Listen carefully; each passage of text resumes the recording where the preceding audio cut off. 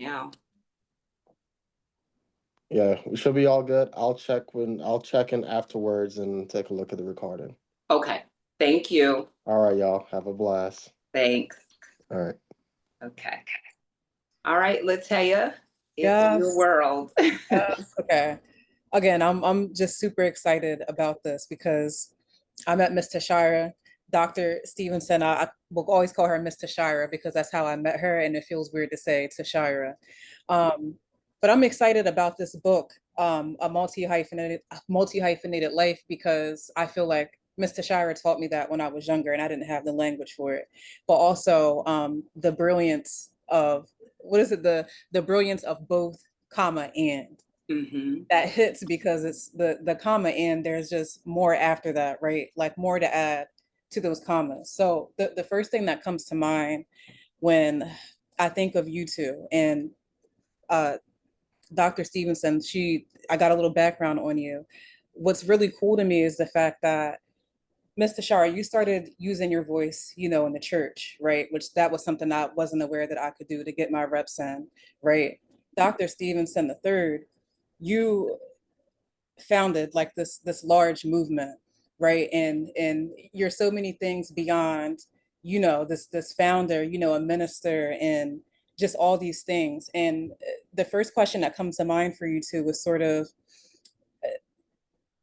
the first thing that comes to mind is sort of what was the first thing you saw yourself as, and then when did you discover your and, if that makes sense?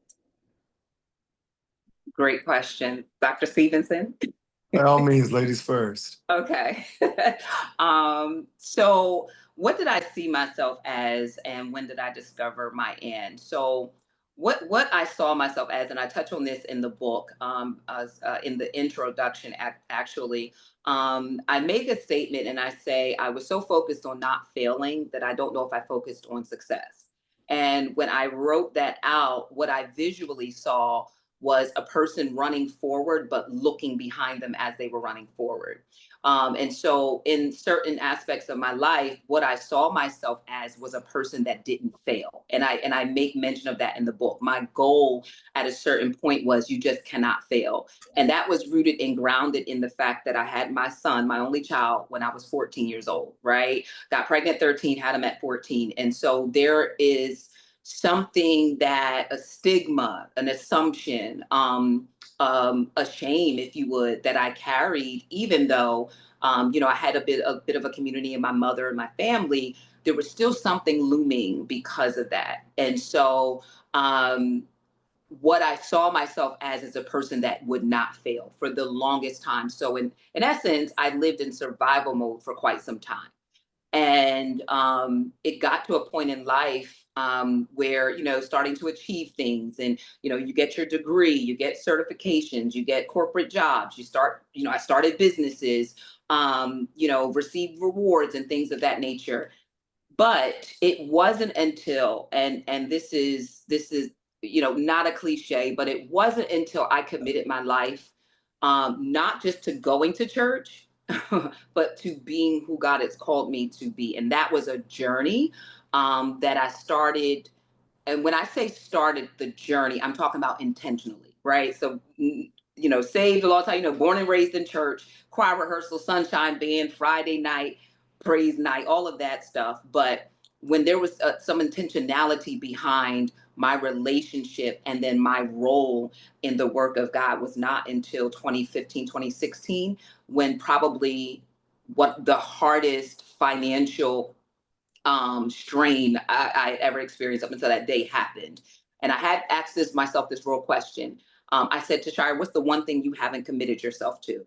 At that point, I asked myself that question. What is the one thing? You've committed yourself to education. You've committed yourself to raising your son. You've committed yourself to not becoming a failure. But what is the one thing? Because there was still a lack of satisfaction.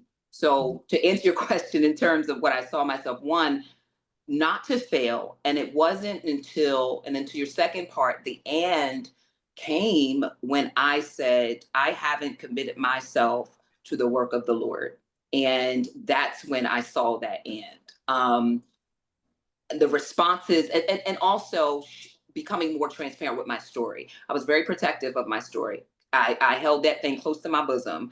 But when I started sharing, and that kind of led to that 2016 moment, right? I started seeing people's reactions when my son graduated high school in 2014. People were like, "Oh my God, you did that by yourself." And so even 2014, 2015, I started seeing the responses and then paying attention to what that did for me and my heart.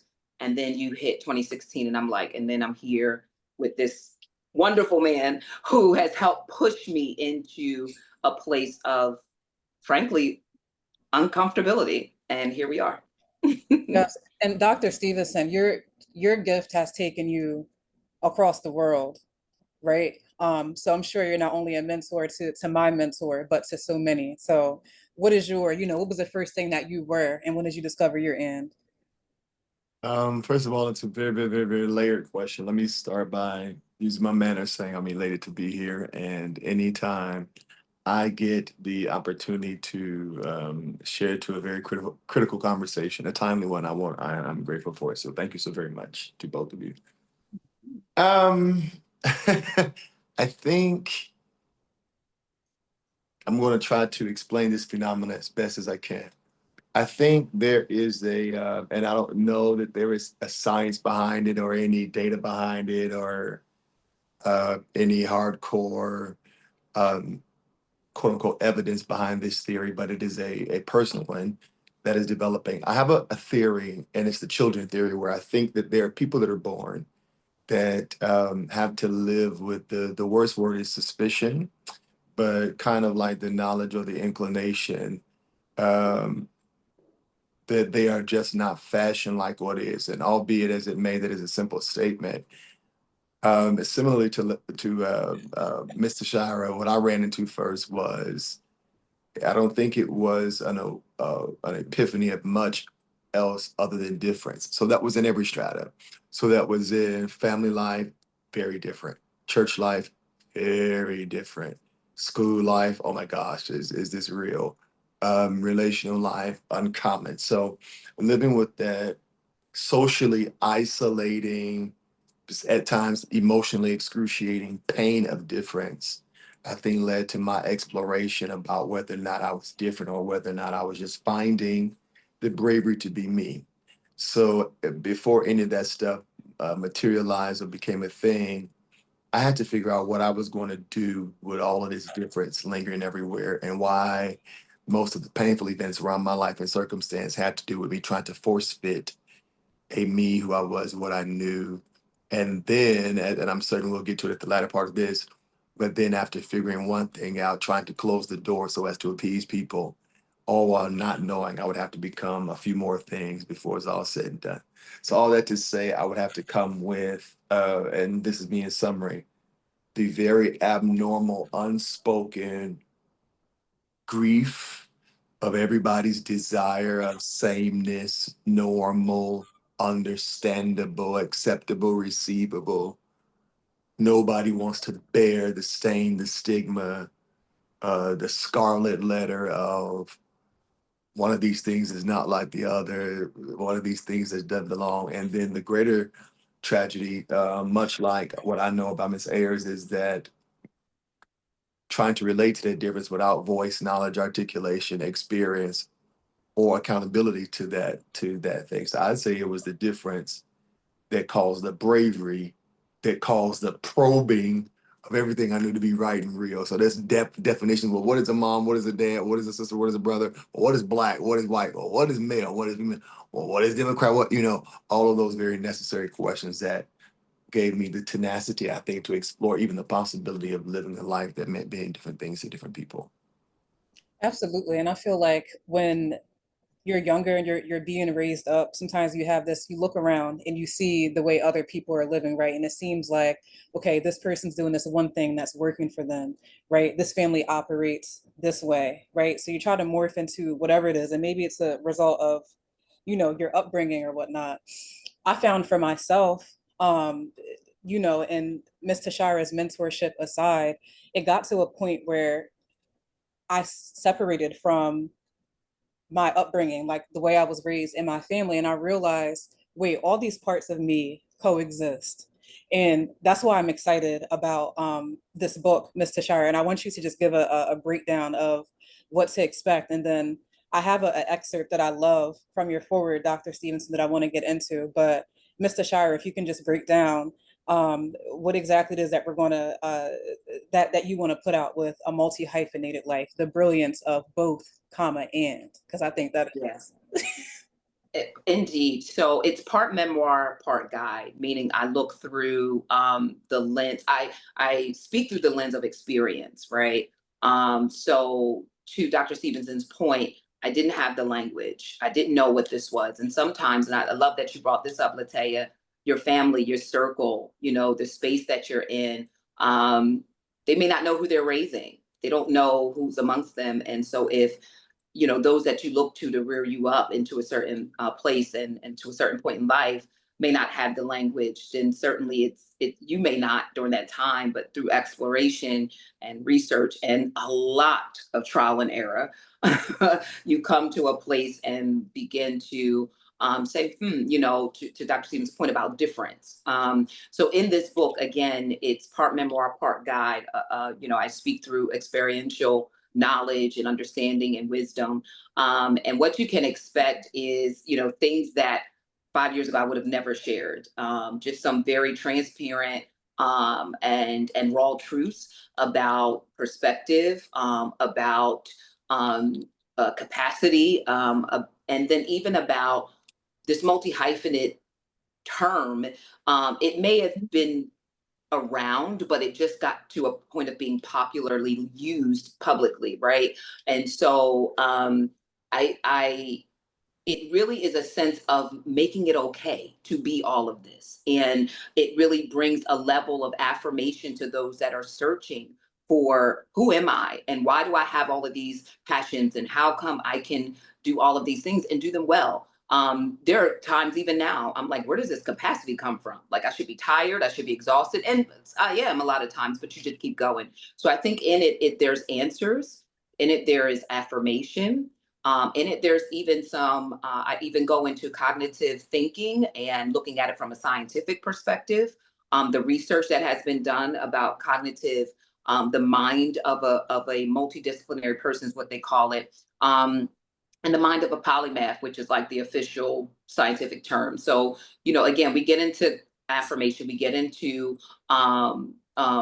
assumption to the extent that should you apply these suggestions, these proven tactics, things of that nature, then it should excel in these things. Um, I'll end by saying this. I do also get into things like emotional maturity of people that house multiple, right? People that are made to multiply through their multiple gifts and talents and discipline, and uh, highlighting what I call is the intersection. So you may operate across multiple pillars, but what I have found is that there is like one thing, the thread that goes through all of your pillars that is the identifier of you. And for me, it's my voice, the very thing that was actually cut off for a long period of time in my life, is the very thing that is the common thread between all of them. And so I believe all of those things will be found in the book. And yeah, starting with the wonderful forward. it sounds like, you know, there's a read and some homework in it, which I love. It is. There are questions you have to answer. There's some self-reflection. Yeah. And you know what? Some unlearning and dispelling of myths as well. Because there was a time where you stay at one job for 30 years, you retire when you're 65, 70, and sit on the porch and drink lemonade for the 10 years remaining in your life, if you're blessed, you know. So Yeah. And Dr. Stevenson, I wanted to just pick a part of your foreword that I love, that I feel speaks to this, because you said that, you know, she pens a secret to living a resolved life of multiplicity. And then you said, where is it? You said, I'm excited about this. My caution to the reader is not to read passively. Study this material aggressively because it works, exclamation point. And it sounds like you have proof of that. So I just want to know, you know, what went into your foreword and why did you even want to be a part of the project? First of all, I have a great deference and a great respect for people who If you're going to take on the daunting task of writing, which I'm kind of old school in that I think that the dominant portion of what you and I call history, be it in America, African American heritage, is because somebody pinned down courageously what they thought, what they witnessed, what they saw. And so I think that the growing decay of the literary mind is something that provides opportunity for something like this, like a book that actually makes you think to apply and not just consider. You know, it's not a pause book. It's a pause that you look at for principles so as to live by and hopefully model and embody in all of the worlds that you have to show up in. And so when I say passive reading, I mean, you know, there is great power in reading for reflection, right? But there is another thing that diligent readers do, which is they read for uh, they want to be provoked, and so the provocative nature, the accountability of rights like this is growing rare. You know, because we're in a culture that's inbred with entertainment occupying any empty spaces in life, whether it's time, relationships, business, creativity, effort, all of that stuff. When you find a read like this material that it's not giving you Dr. Seuss, it's giving you principles so as to measure your own self by. And here's another thing that I'll give you. I love that it's a non-deflective read. I'm a stickler for people receiving information that could revolutionize the way they think and ultimately their lives.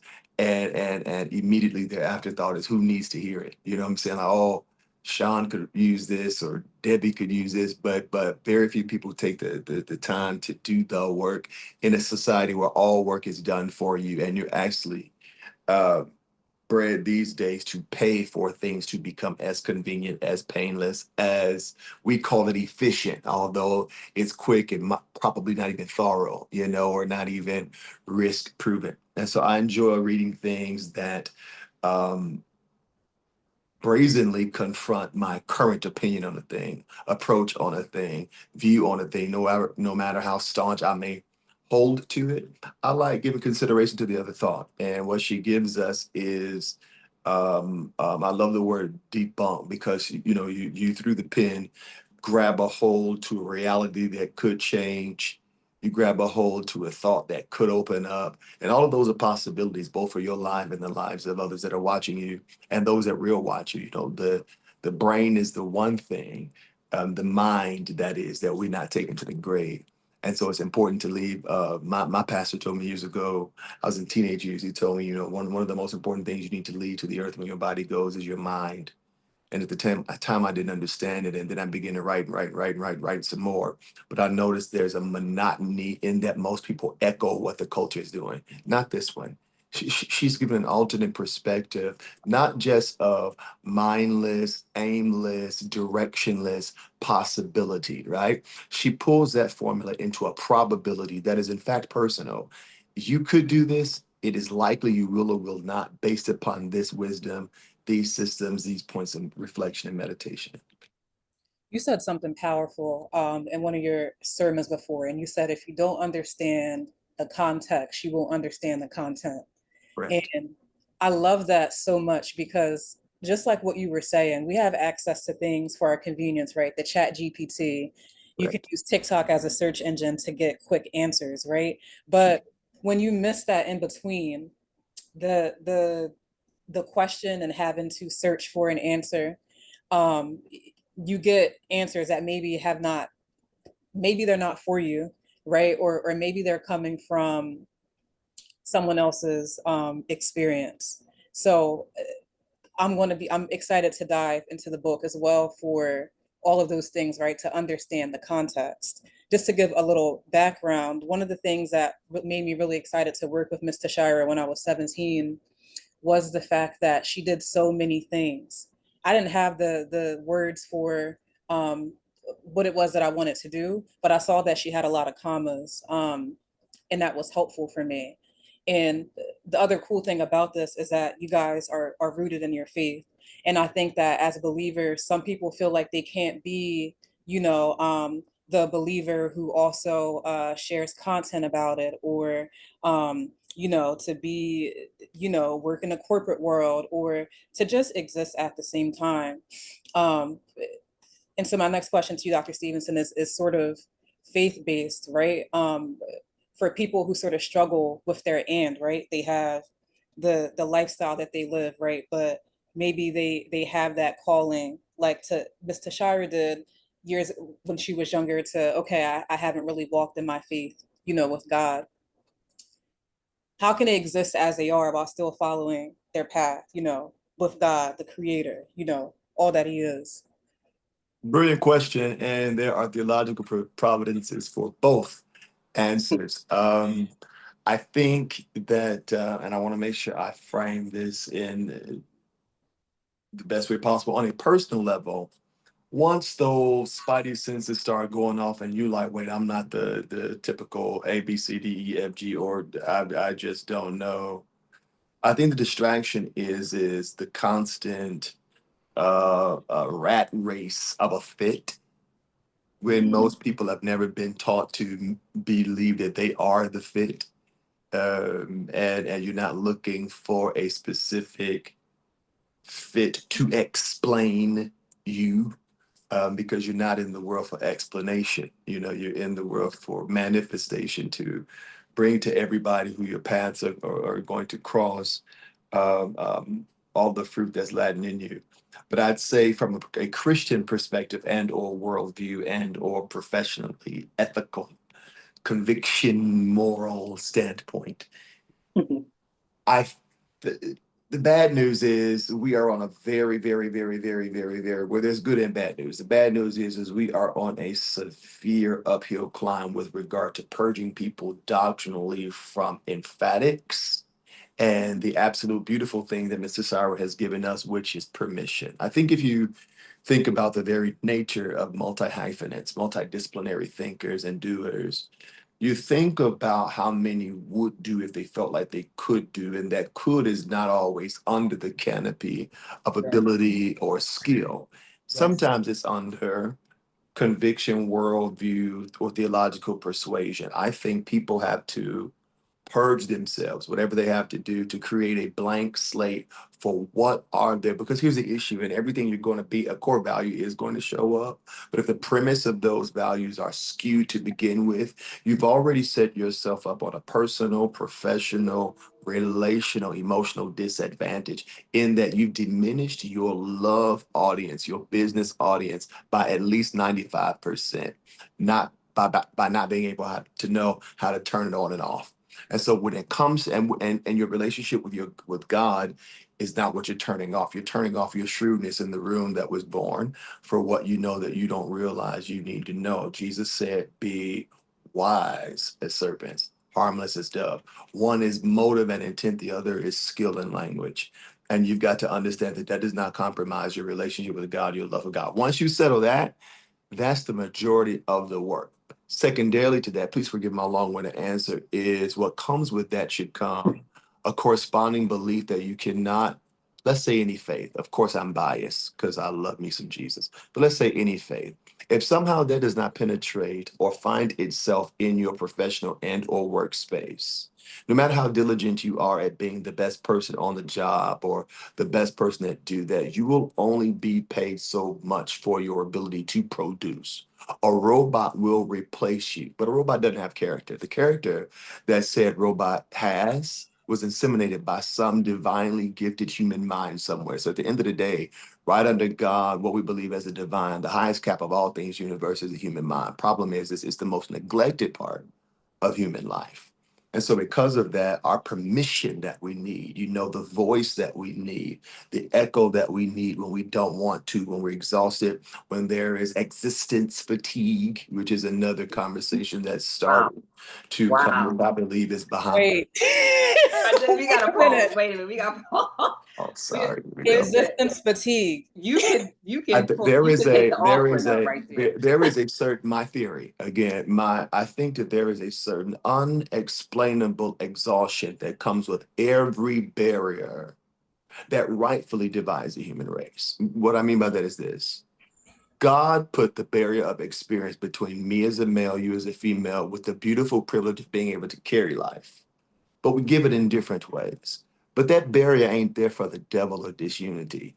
The point of that is the celebration of discipline and definition as the key to all things production. See, now we're in a culture that produces beyond their psychological wellness and health. And so we have a very trendy, very fad-based everything. You know, anything is a brand. And while there are some obvious possibilities to that, the maturity of the multi-hyphenated portfolio is not there, because you might have the ethics of one sector and the values of another, the dream and the ambition for another, and the other one is side flow. And while there are permissibilities for all of that, I think the pain of existence is something that anybody at the top is going to feel. Because here's the deal. We know the pain of physical exercise, the pain of fasting, the pain of having to change your city, the pain of having to change your career, the pain of losing a loved one, the pain of a divorce, the pain of a career flop. We know all those pains. We are not familiar or halfway down the door of the discussion of what it takes for a multi-hyphenate to wake up and decide that they're going to keep being as multi-hyphenate. Because my multi-hyphenateness doesn't just give me a sense of fulfillment because I'm being authentically me. I'll never know one audience that my life impacts because of the different tenets of what I know and am and can offer. Somebody's listening to me that I think is insignificant. Somebody's listening to me that's a global power broker, mover, and shaker. But there's wisdom that can be implied in both lives that feel alienated in a world that's trying to get them to function without an instruction manual. And you have this person or this people or this entity or this organization that kind of go into autopilot, living in the crisis of non-explored potential. And so then they coast. You know what the kids call that these days? As you said earlier, I think you said it was the fatigue of Existing. yes. The kids nowadays, they call that, oh, I have a fear. They say, I don't want to be perceived, right? And you hear people say that, right? When maybe they shared a thing or two that was too much for them online. Mhm. And it's For sure. usually not even anything that is of risk, right? Correct, It is correct. like I posted my selfie, and then the next one, maybe I posted myself outside or doing something, but even it's almost like the fear and all of that is because they put another part of themselves out there to be judged on, right? Even though it's a Ostracized, yeah. natural part of them. But from what you're saying and from what Ms. Tashyra is saying, it takes some emotional and spiritual maturity to be able to wake up every day and choose to say, I am going to exist as a multi-hyphenate. There's also other steps, but just in short, there's other steps to get there that you have to sit in. And Ms. Tashyra, you said one day, actually, let me put my pen to the pad about this and give y'all a workbook on it.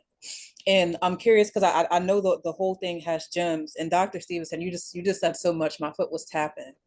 But it was because I'm just like, wait a minute now, I'm leaning in. But I'm wondering because when you say I'm going to make a workbook on this, that to me, I take that as you really sat in it and you feel like, hey, I can tell you how to do this. And I just want to know what was one of the first things, or maybe it was the situation that made you even say, you know what, I have to give y'all the playbook.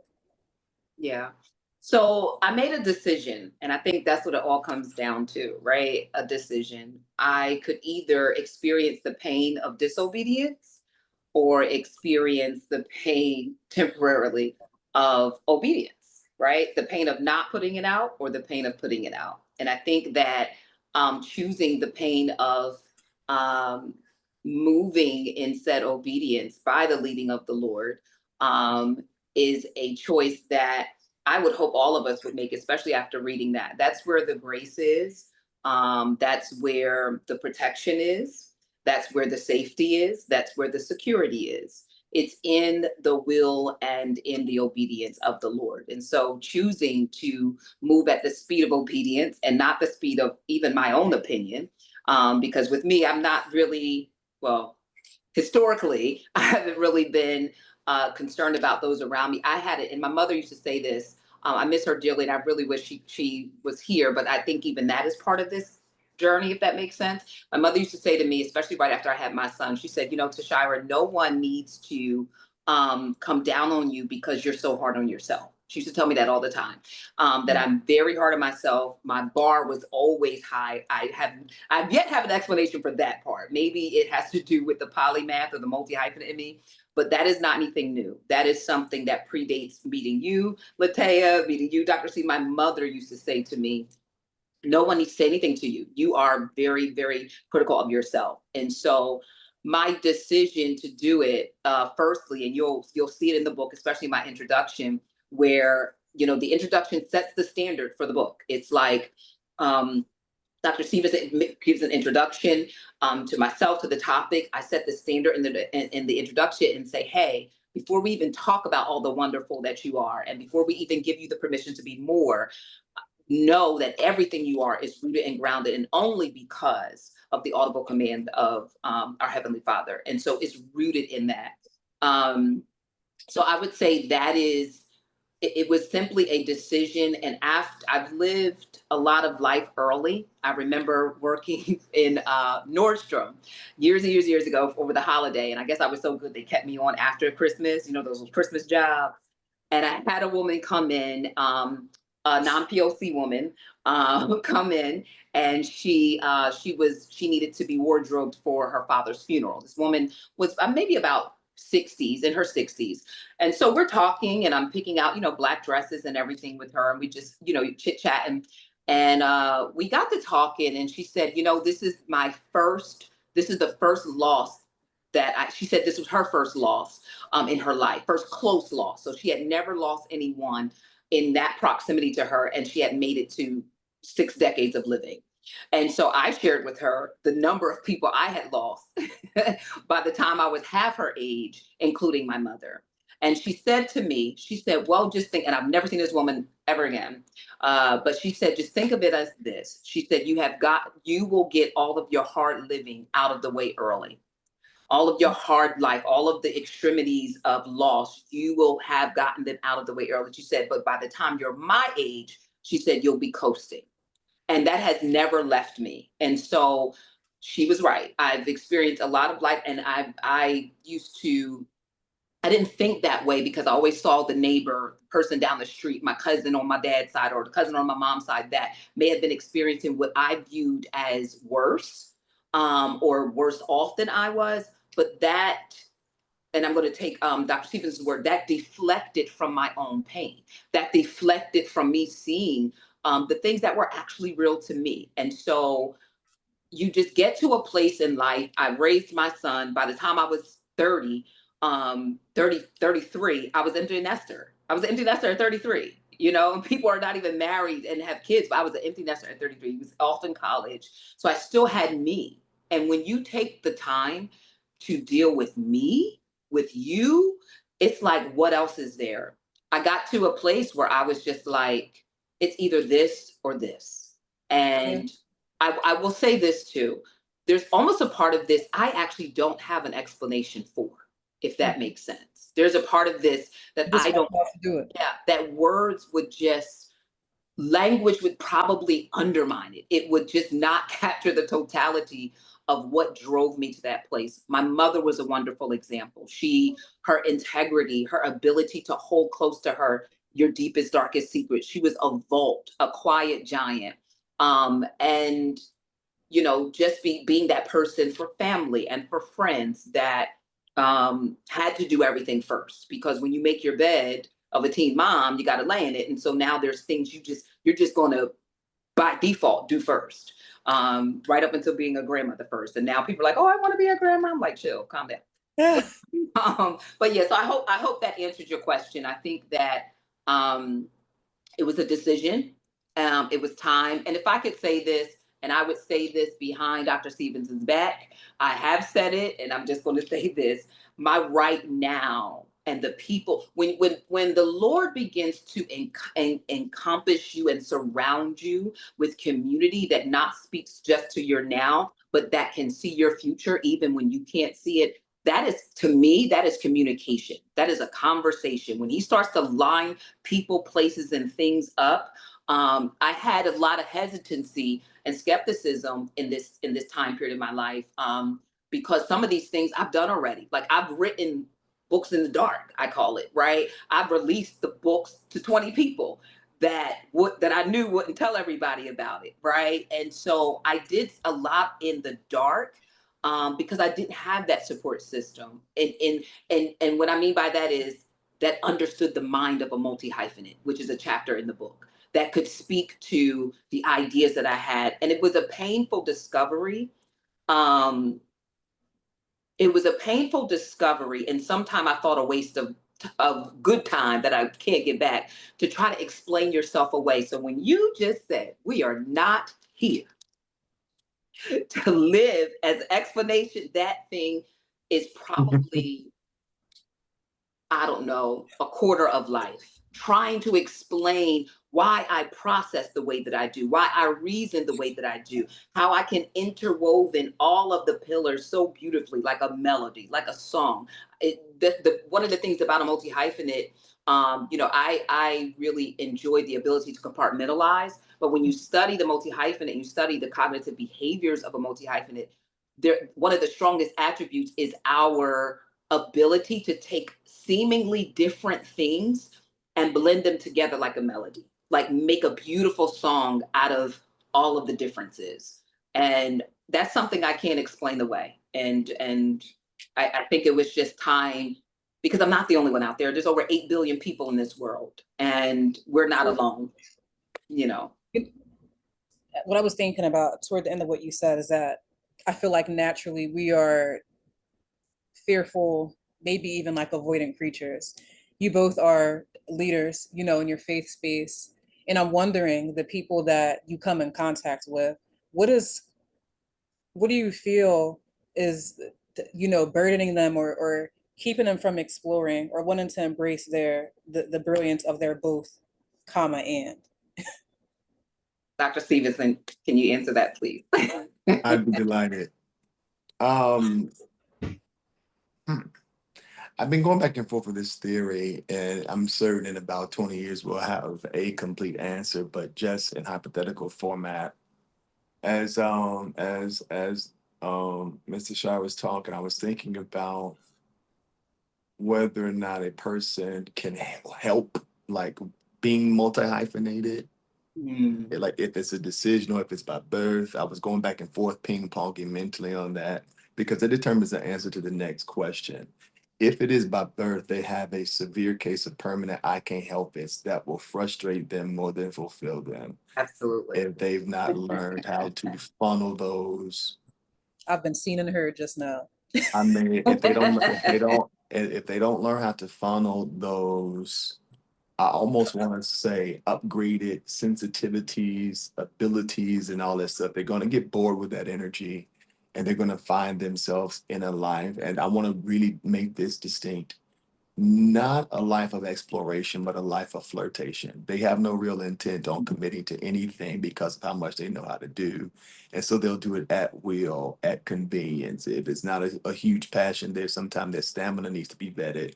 So I was going back and forth in my mind about that. And the simplest answer I could come up with without giving a dissertation is, I think the average person, so let's say you decided to become multi-hyphenate, if you've got that bandwidth, that mental capacity, that inward fortitude to do so, then you got to be prepared, on the contrary to the other example, of living a life of nuance. And there are a lot of people who would much prefer to master whatever they have accepted as their current reality and or chaos than live a life of nuance. All right. So if the chaos is black, at least I know it's black. I know how to position something black. If the chaos is white, don't wear it after Labor Day. I know how to treat it, how to host it, what to do. But the multi-hyphenate life is not always black and white. Where it is, it's about very, very, very important value systems to that thought process and that life, that emotional thing. And so because of that, steering that nuance is this. A true multi-hyphenate is going to have to live with the difficulty of living in the nuance of disruptive peace and deceptive comfort. Wait a minute, I gotta write that down. Hold on. A nuanced piece and Disruptive peace. disrupted piece. Like a inner peace that you may have that may seem hostile to everything that you knew to be real around you.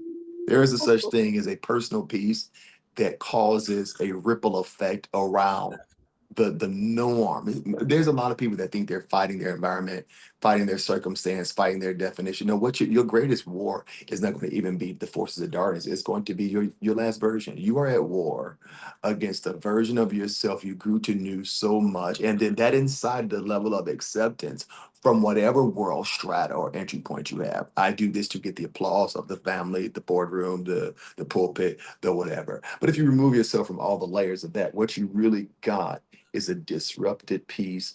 But the warning is not being so exhausted in all of those abilities that you fall into a deceptive comfort.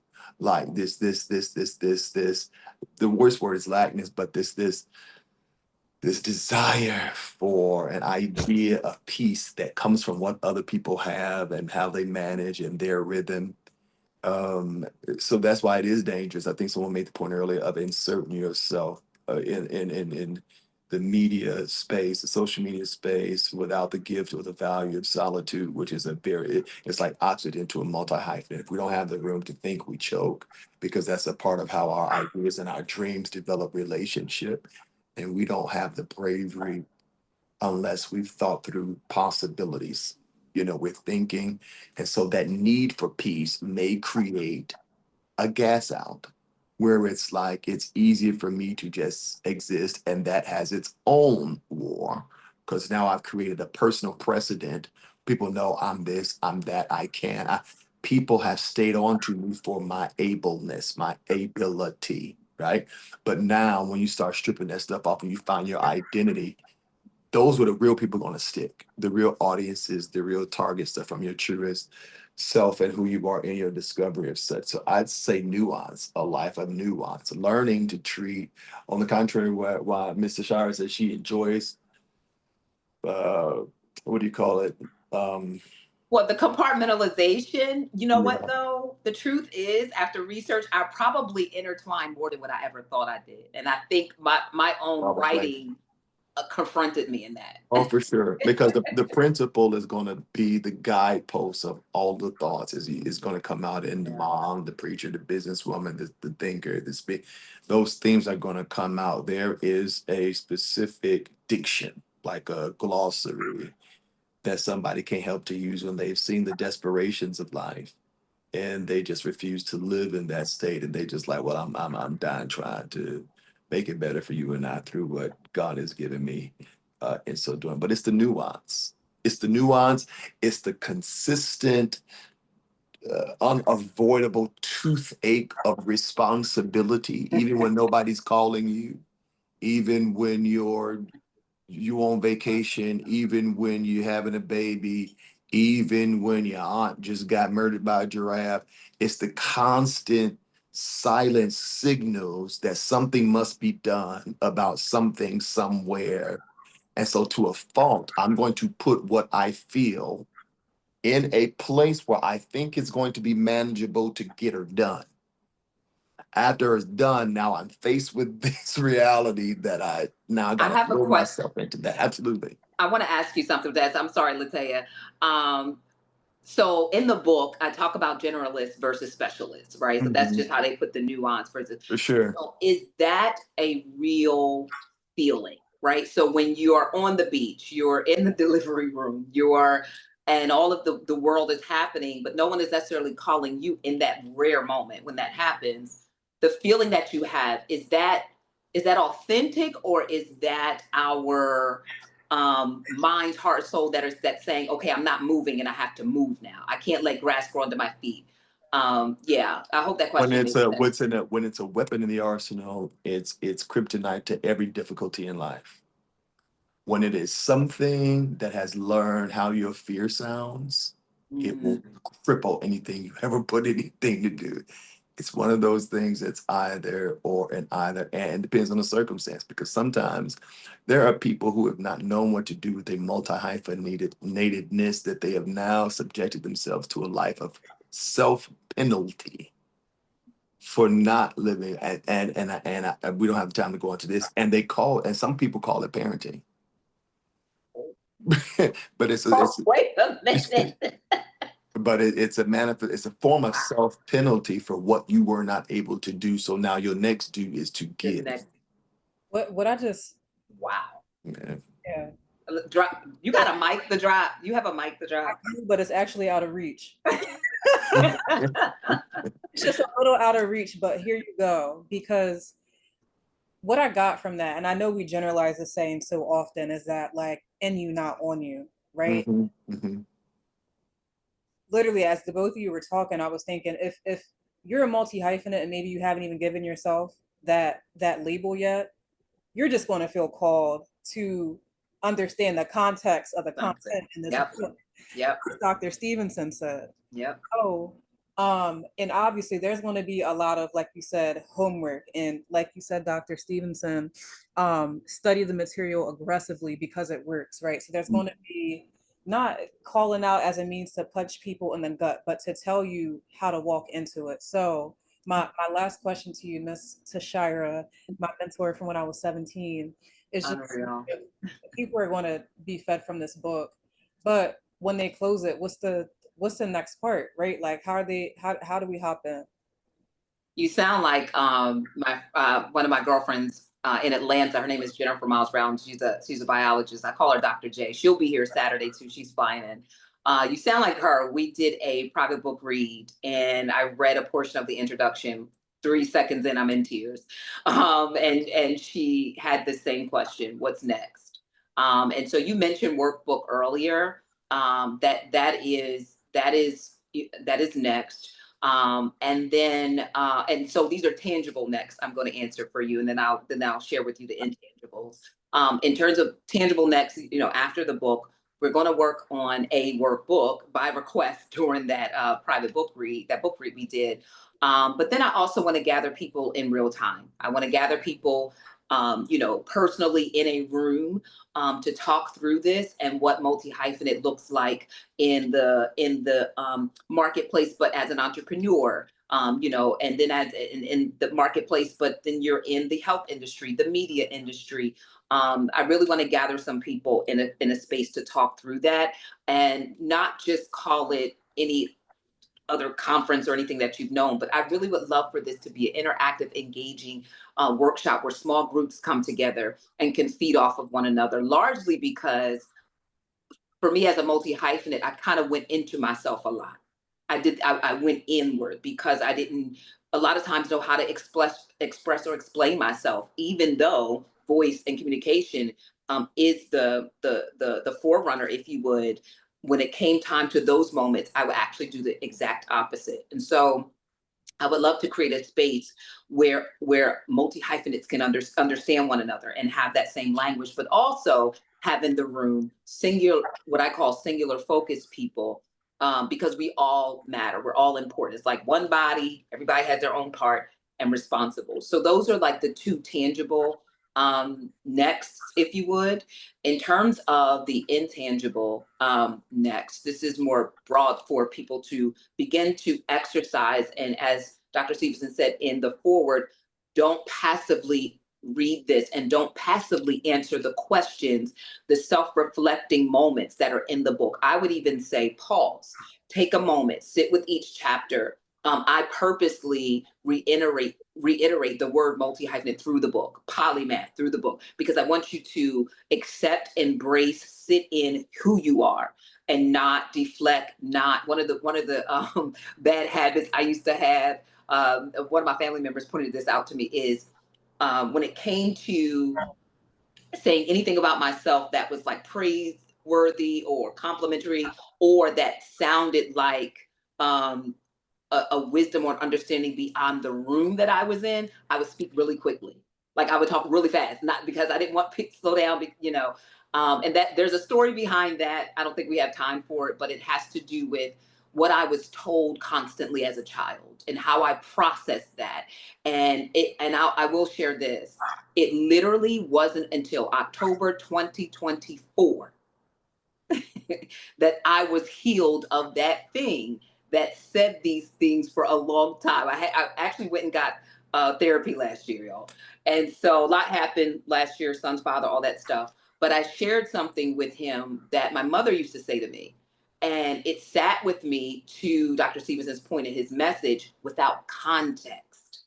All it was said to me, and I didn't have context. And I talk about this in the book as well. I didn't have meaning. So as a young girl, it grew. And then there was a comparison made to somebody that wasn't in the home. So now you're telling me something, you're comparing me to someone that's absent. That doesn't equate to a positive reinforcement. And so for 2 and 3 decades, I'm like, and so younger, teens, early 20s, how that resonated in my conversation a lot of times was, I used to say a thing and I would give it someone else as ownership. So I would have a thought or an idea and I would give the ownership to someone else and say, so and so said, and watch the reaction of the room, because I was nervous and afraid not to own it, because a lot of times when I did say those things, it was silence in the room. What I didn't perceive or understand was that the silence was in response to the weight of what was said. And a lot of times the people in the room was just like, how does this little young Black girl know what's she talking about? That kind of thing. And so in terms of the intangible next, it is that. It is my hope, my prayer, my desire, my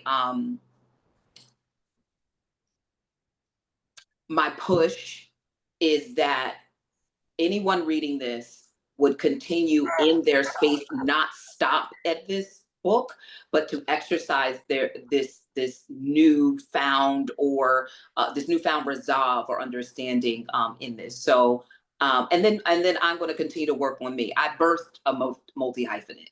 Yeah, I have a multi-hyphenate for a child, and looking at Glam Baby, she looks like she's going to be one too. And so it's my responsibility to make sure that they are equipped and don't have to necessarily experience all the things. And truthfully, going back to the parenting, and I'll stop because I can answer forever. Going back to the parenting, one of the things I had to realize is that, albeit he comes from me, he is not me.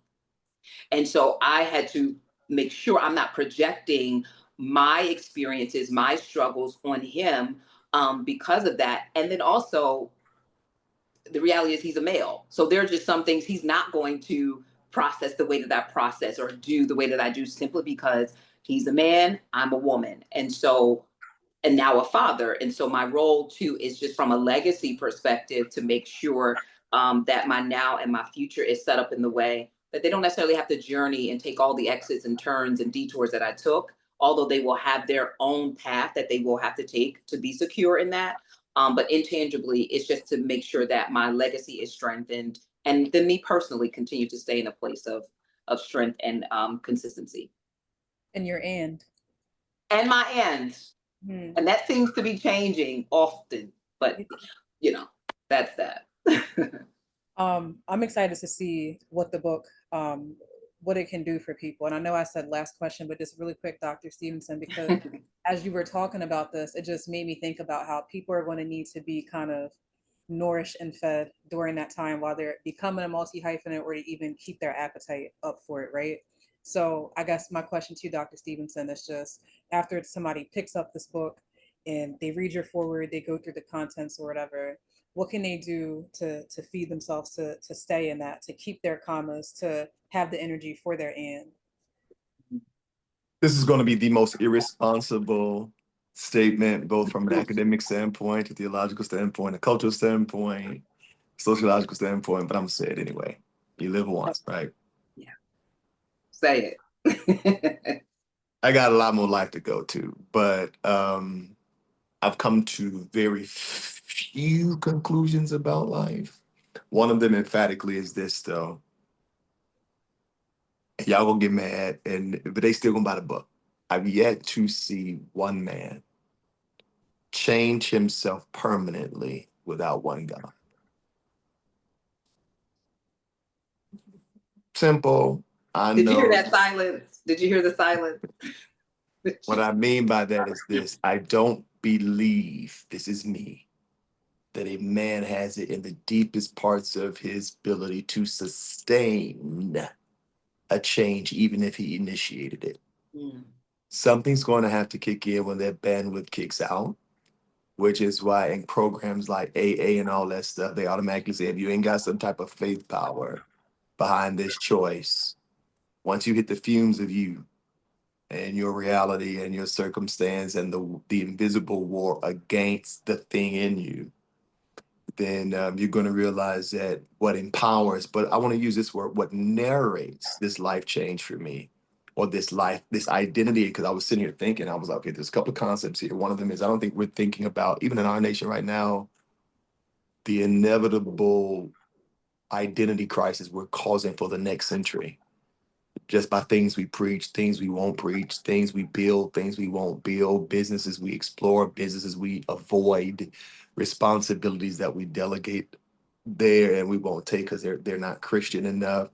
But and so having said all of that, I think that it's a simple statement. It's a preschool statement.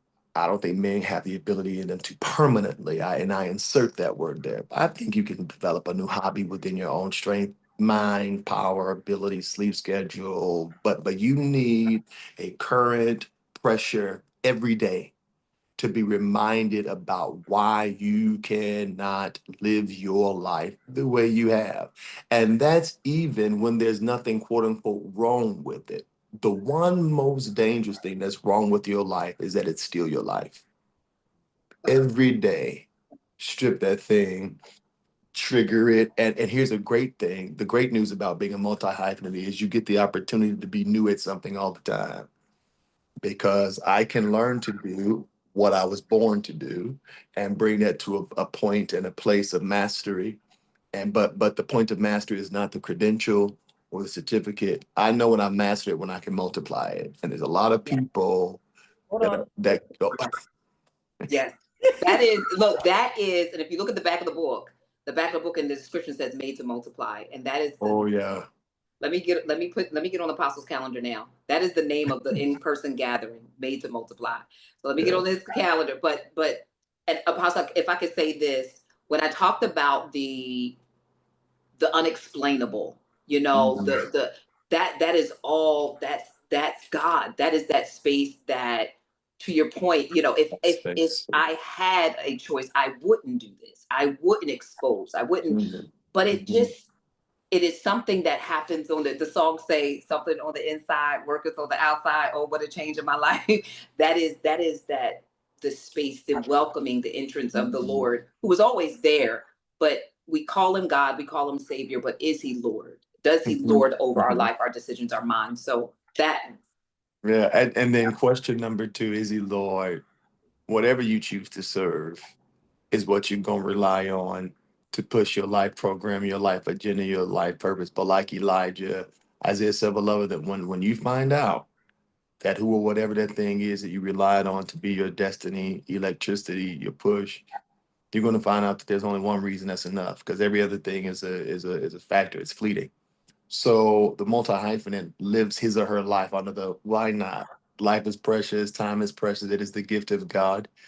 And so because of that, I'm going to explore what else is in here, make a mess while I'm here, and challenge myself to that type of lifestyle. A whole lot of mic drops and that I'm gonna take for myself. My pen's running a little weak, but um, I'm excited to see what people do, how people fill up from the both of yours overflow. I think it's going to be great as somebody who I claim myself as a multi hyphenate. There's so many things I still want to do that I am doing, but there's still more. I have a lot of commas, a lot of ands. So I'm excited to pull from this as well. thank you. Absolutely. You look like you're thinking. Are you thinking about something else, Who Me, Apostle? made me see? Yeah, I don't I saw it. Yeah, okay. I think there's got to be some type of like eternal, like universal life encoded principle in the thing you write about. Um, that even with like all of this like strong ideation, at the core of it is the simplicity that I am not my own idea. Be so there has to be a God space for me being multi-hyphenate, because if you simplify like this, if you just did a survey and asked everybody in one room, 50 people, if you were your idea in that pre-production phase, what would you think he or her needed? Would it need to be a he or her? What complexion? What height? What specialty? What interest? What? How would you write out the DNA code of that thing that'll never be again, except by, you know, storytelling? So I was wondering. I mean, the unfortunate thing is, as popular to be, but it is unfortunate to be, because most people don't have the inspiration that must be upheld by just that infrastructure of life. A person that has a lot of things to be has to learn how to be. So I would just, even in a case like yours, whenever you feel like, you know, you're disturbed or unsettled or aggravated by your own potential, it's a great sign. But then you got to talk to the idea. You got to call headquarters. Like, bruh, this thing is over here. I don't want to suppress it because it's going to become weird. And the beautiful thing about God is he's a conversationalist. So there'll be something to talk about, worst case scenario. A lot to talk about. Yeah. A lot. I'm quiet because I'm quiet, and this has me, you know, thinking and absorbing all that we have talked about. I almost feel like Dr. Stevenson needs to pen a message to the world about multi-hyphenates in his Oh, own jeez. writing. I'm gonna call it oops, I did it again. Yeah, no, this was amazing. And thank you so much for the conversation. And I will say this, it is refreshing. It is an exhale um to have someone's that understand, that you don't have to explain, that you don't have to go into a deep hypothesis or you know, paper to say this is what it is. You can see one of you coming along, you know, from afar off. And so I just am extremely grateful for your pour. I'm grateful for your presence. I'm grateful for your push. I love an alliteration. Um, and even in times when it was, and still is, you know, challenging. I think that's what this book is about. It is challenging. It is also permitting, but it's challenging. So thank you so much, Lataya. I want to say this while we're recording. And I know we have to go. We all have things. I just want to say this publicly though.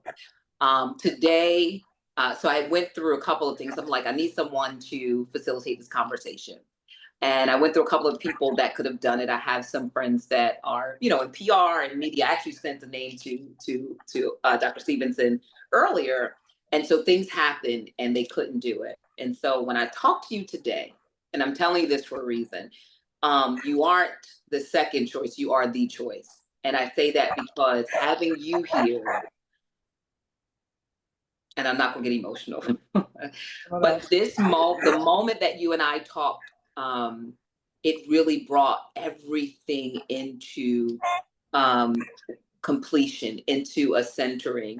And I sat there and I said, someone that I got when she was 17 years old is one about to meet someone that is mentoring me now. And she not only was someone that I was able to, you know, talk through with media, with communications, with public speaking, but you're now sitting in the seat where you're navigating this conversation. Yes. The way I don't have words to explain how I feel right now. And I just want you to know, I mean, on the inside, if I could show you, you probably still wouldn't believe it. This is a full circle moment that I know the others couldn't do, because this right here had to happen. And it, for me, makes it all worth it. So I am appreciative of you in ways that I can't explain. And I'm honored that you get to meet a person that's so influential in my life currently. So thank you. Yes, and thank you for allowing me to meet him. I'll have more to say on Saturday, but I'm so Okay. I'm a whole, Okay. but I appreciate you so much. I'm so happy to do this. Thank you. All right. Thank you both. I'm going to stop the recording. Any parting words before I do? No, no, no, no. I'm excited. You got a lot of work to do, apparently. I do. Wait, let me stop the recording for somebody hear that. Hold on. Okay, Yeah. stop.